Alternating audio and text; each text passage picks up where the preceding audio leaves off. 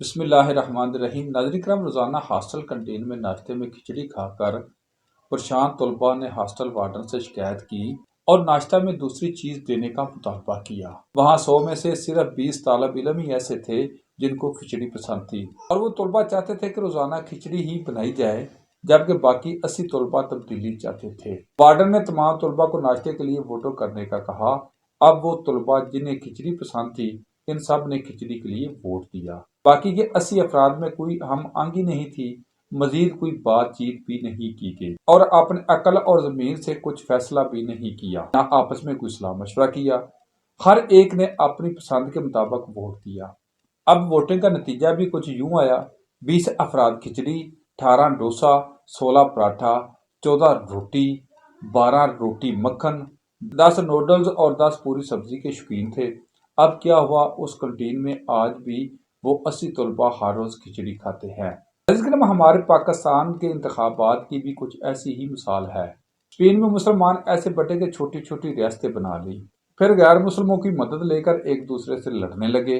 جب کمزور ہو گئے تو دشمن نے باری باری تمام ریاستیں ختم کر دی، اور اسپین میں مسلمانوں پر وہ مظالم ڈھائے جن کی مثال تاریخ میں انتہائی کم ملتی ہے۔ اب آتے ہیں مذہبی جماعتوں کی جانب۔ یہ آپس میں بٹے ہوئے ہیں، آپس میں اتحاد کرنا تو دور کی بات ہے، یہ سیکولر جماعتوں سے اتحاد کر کے آپس میں لڑتے ہیں، اور انجام وہی ہے جو اسپین میں مسلمانوں کا ہوا تھا۔ مذہبی جماعتوں کا ووٹر بھی اسی کشمکش میں بہت کم نکلتا ہے، جس کی زندہ مثال جنرل الیکشن 2024 کا نتیجہ ہے۔ بقول شہر مشرق علامہ محمد اقبال، ہر چیز کو دانا اسے کھولا نہیں کرتے۔ جمہوریت ایک طرز حکومت ہے جس میں بندوں کو گنا کرتے ہیں، تولا نہیں کرتے۔ جی ہاں، جمہوریت کے ذریعے آپ نے دین کو تخت پر لانا ہے اور نظام میں تبدیلی لانی ہے، تو آپ کو متحد ہو کر جیتنا ہوگا۔ حقیقت یہی ہے، آپ جتنے بھی اچھے ہوں، اس نظام میں آپ کی اچھائیاں نہیں تولی جائیں گی، بلکہ آپ کے ووٹ گنے جائیں گے۔ کیا خوب حاشر فیروز آبادی نے لکھا: دیوبندی شیعہ سنی فرقوں میں بٹ گئے، اپنے اپنے مقصدوں میں اسی لیے ہٹ گئے۔ اپنی اپنی مسجدیں ہیں، اپنے اپنے پیر، ترکشوں میں زنگ کھائے سارے ٹوٹے تیر۔ سینکڑوں خدا ہیں جن کے وہ ایک جگہ کھڑے ہیں، ایک خدا والے سارے بکھرے ہوئے پڑے ہیں۔